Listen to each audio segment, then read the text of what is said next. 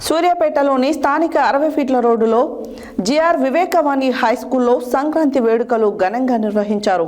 విద్యార్థులు చక్కటి వేషధారణతో అలరించారు.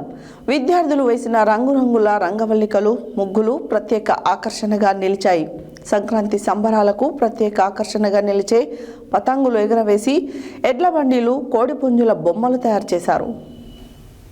సూర్యాపేటలోని స్థానిక 60 ఫీట్ల రోడ్డులో జిఆర్ వివేకవాణి హై స్కూల్లో సంక్రాంతి వేడుకలు ఘనంగా నిర్వహించారు. విద్యార్థులు చక్కటి వేషధారణతో అలంకరించారు.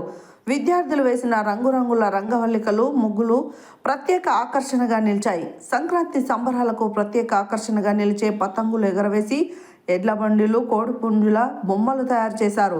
ఈ సందర్భంగా పాఠశాల కరెస్పాండెంట్ గుడిమల్ల సంతోష్ శర్మ మాట్లాడుతూ, నూతన సంవత్సరంలో మొదటిగా రంగురంగులతో ఆనందంగా ఆహ్లాదకరంగా జరుపుకునే పండుగ సంక్రాంతి పండుగని 3 రోజుల పాటు జరుపుకునే సంక్రాంతి పండుగలో మొదటి రోజు భోగి మంటలలో పాత వస్తువులను వేసి కాల్చి కొత్తదనానికి ఆహ్వానం పలుకుతూ, 2వ రోజు మకర రాశిలోకి సూర్యుడు ప్రవేశించడం, 3వ రోజు రైతులు ఎడ్లు బండ్లను కడిగి మంచి అలంకరణతో తయారు చేసి ఎడ్ల బండిలో ప్రయాణం చేసి కొత్త బట్టలతో పండుగలు గొప్పగా జరుపుకుంటారని తెలియజేశారు.